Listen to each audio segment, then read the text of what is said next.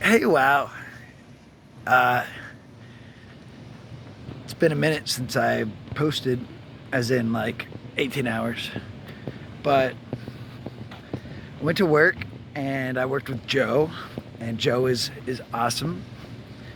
And Joe, yeah, I shouldn't put this stuff, but Joe lost his grandma and he went back to California to Napa and got to be there for his family. And man, my heart's always touched when someone like goes through something, and it's not my place, but I love getting to, I don't know, maybe I'm just fucked, but I love getting to let them talk and to delve in ways that most people feel uncomfortable. And I could tell Joe was off, and when I asked him, he mentioned, and man, Joe is amazing. Like, this guy is he's so humble. First of all, he's going to school, he's working nonstop, he's like going to school nonstop. And one second, I'm not gonna pee on camera, 1 second. All right, I'm good. So,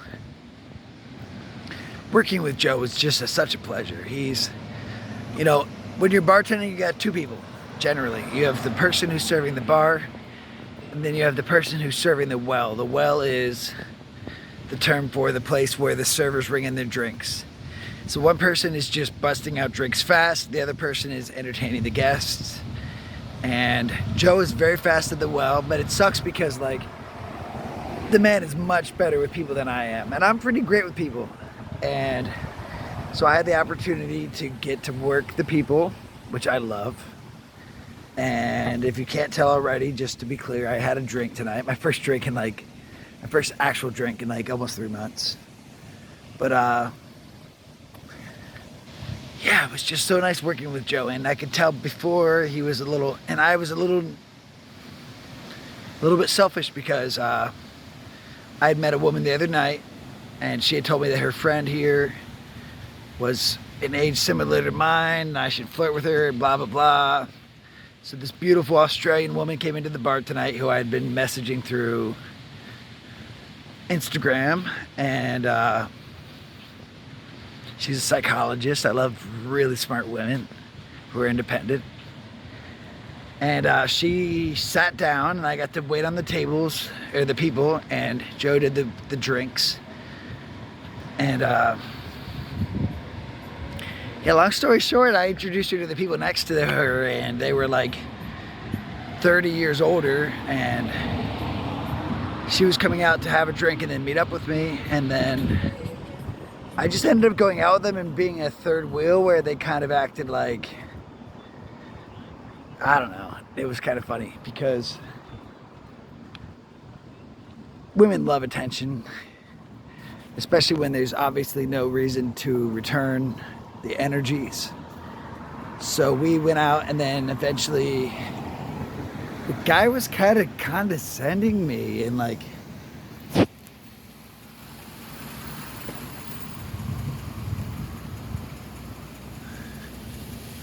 it's weird. Confused me for a second, but I thought he was looking at me. Police officer. The guy was kind of condescending me by the end, and I was being really nice. And the guy was with his brother-in-law, and he kept talking his brother-in-law down, and this girl was just, he bought a $300 bottle of wine, which I sold him, and she drank from it. And so, yeah, long story short, we all went out, and it was rather uncomfortable.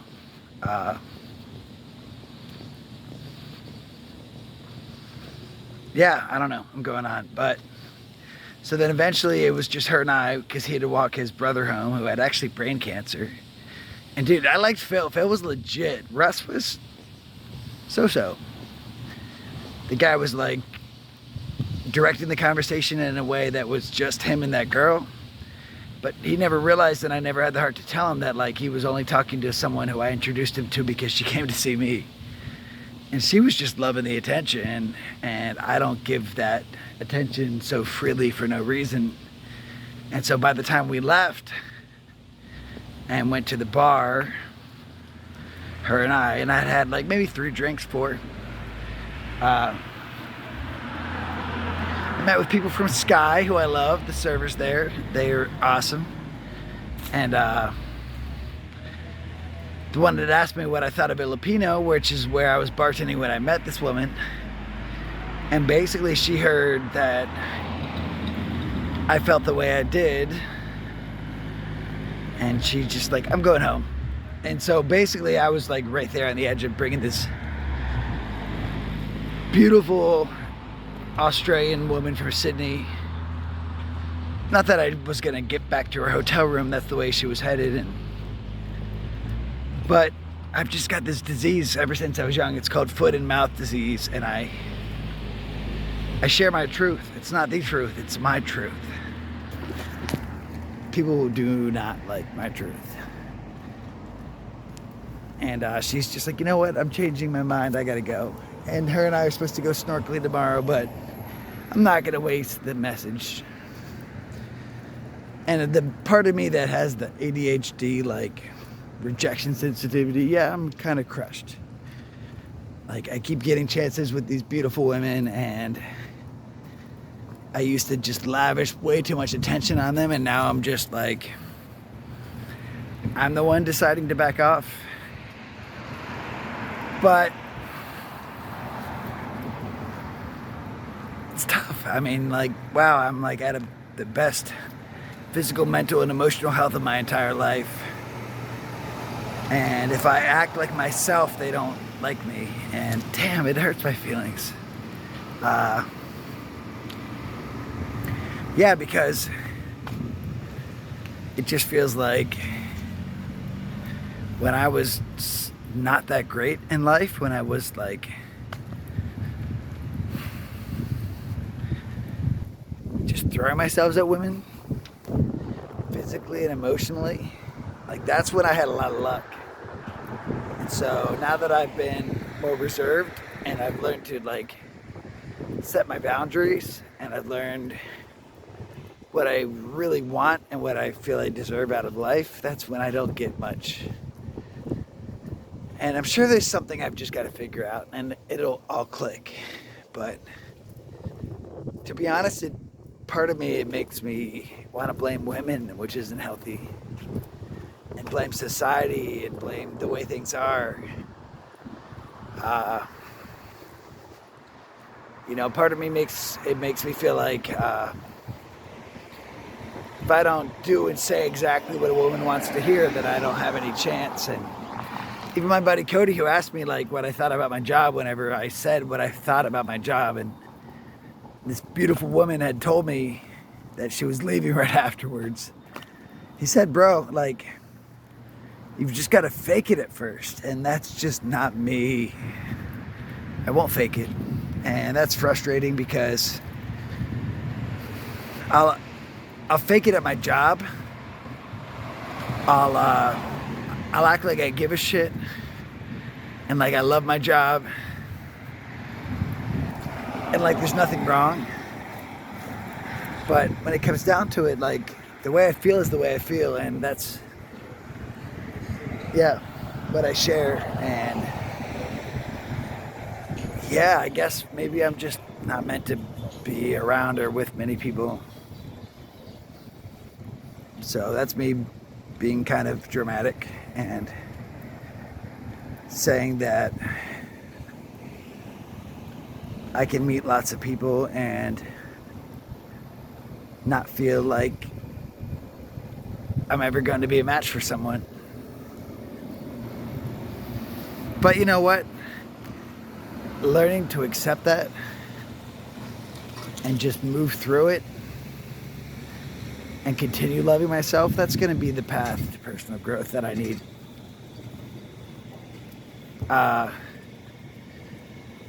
If I had played my cards right, might I have gotten some further gratification tonight? Maybe tonight I would have gotten more gratification, but I'm not trying to just get gratification. I'm trying to build a connection with someone who I can be myself around. And you know what, maybe I'm just taking the higher path and it's not always easier. The higher path is not the easier path. You know, maybe I'm just trying to like build my own ego up by pushing all of the problems onto others, but I don't feel like that's what's going on.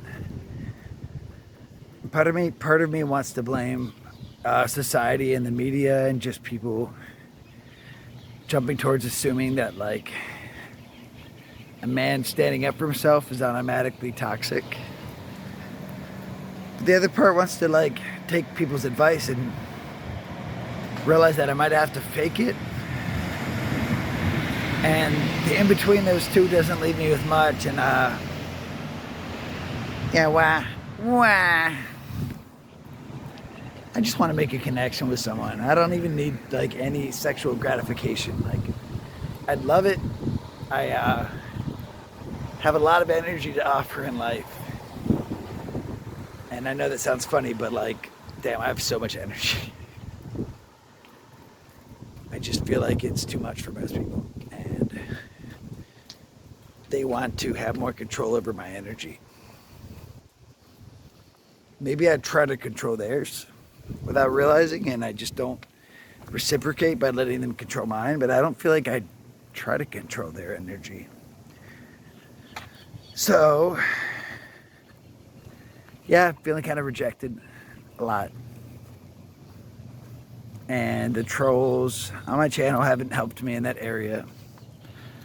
So rather than expend energy letting them know that they're fucking losers, which they are, I just started blocking them because, you know, trolls help me on my channel, but I'm not trying to grow it.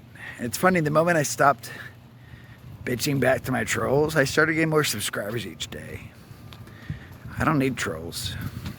To be honest, if you want to talk me down, get the fuck out of here. Go make your own channel. You're not welcome on mine. Because I'm a fragile, strong human being. We all are. And as much as I can act like it doesn't bother me, yeah, like, get a life. And it's almost hurtful more that you're some fucking loser who is trying to talk me down. Because we all just want everyone to see things from our point of view. It's unrealistic. So I'm done with trolls. If you want to talk shit on me or anyone that I interview, you're just gone from the channel. Everything you've ever said is gone. You're no longer relevant. Make another one. Gilligan, the skipper, whatever. BX, whatever guy. Christine, Justine. Desert Weasel. All of you people, like, you have no place. Thing is, you had enough power, you got to me. Bravo. Now go get to someone else. I'm walking home. It's like 20 more minutes. I got to meet some people at my old job at Sky. They were super cool. And you know what? Life is awesome. I met some people. Not everyone I got along with. Not everyone I totally agreed with. But that's the beauty. Like, do I want to live in a echo chamber? Or do I want to meet people who have different opinions? Who I grow from?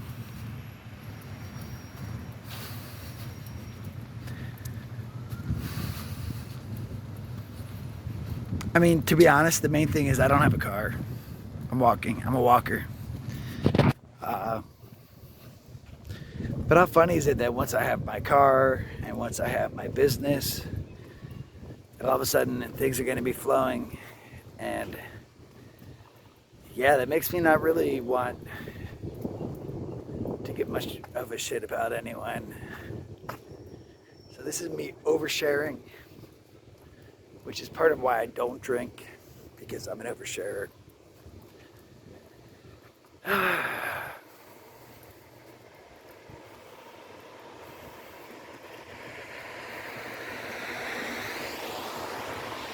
But you should have seen this woman. Oh my gosh, she was so beautiful. Australian accent. And honestly, it wouldn't have meant anything because if we would have really connected, we'd be connected right now. And so, the end, I'm headed home. Maybe 25 more minutes and I'll be there. Work went well. I love every job I have, including El Lapino. And I'm super grateful to have people like you that will listen to my rambles. Even when there's no coherence or direction.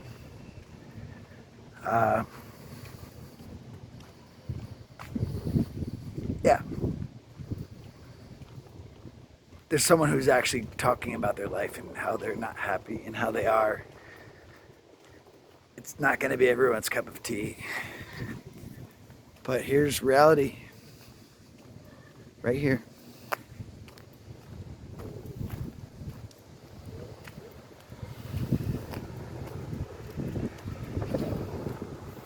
Oh, so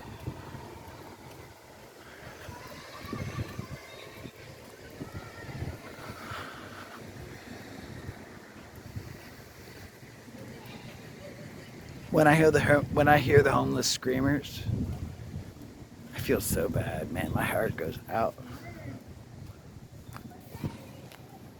When it's in another language, I'm confused and my heart goes out.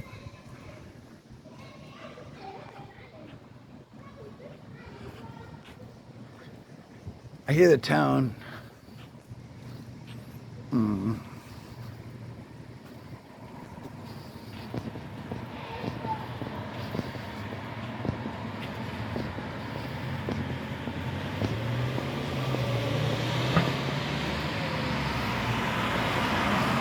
Yeah, so I'm on the verge of depression because I feel like every time the closest I've gotten to my actual self, and the more I've appreciated myself, and the more I've loved myself, and the more I've been myself and set boundaries and not sought after something unhealthy, that's when people don't want me in their life much. I realize I'm different, and I realize I enjoy being different. But I feel like most people just want to think and feel what they already feel, and they want someone that supports that. And my mindset of wanting people that are different and perpetuating thoughts that are different and challenging worldviews just doesn't vibe with everyone. And I guess I feel like, again, the words I feel like are my subjective view. I feel like, I'm going to be quiet. People are sleeping.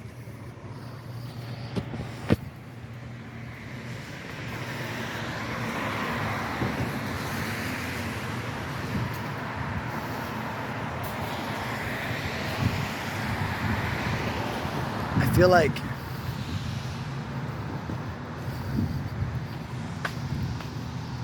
most people just want to stay in their comfort zone, shove their head in the sand, and just stay there.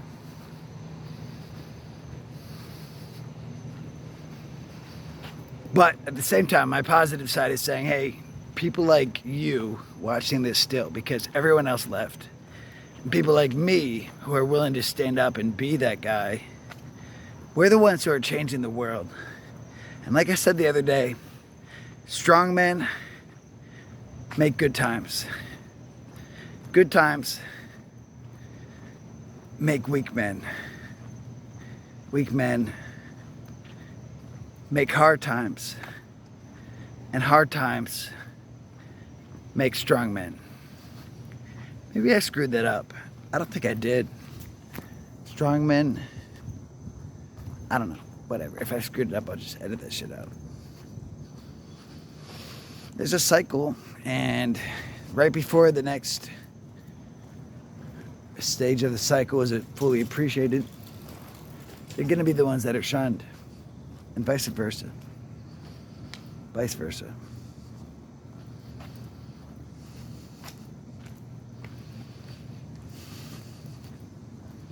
Part of me wishes they could just be like everyone else. But the other part of me lets me know that it's not even possible. Be a first-rate version of yourself instead of a second-rate version of someone else. Even this feeling of non-acceptance by society is better than feeling not accepted by society while I act like someone else. So that's my story. Feeling bummed, feeling rejected, I share. I'm an oversharer. I communicate. I disagree with people openly. I'm difficult. I'm neurodivergent. And I love myself for it. So at least someone does, aside from you. Loving you.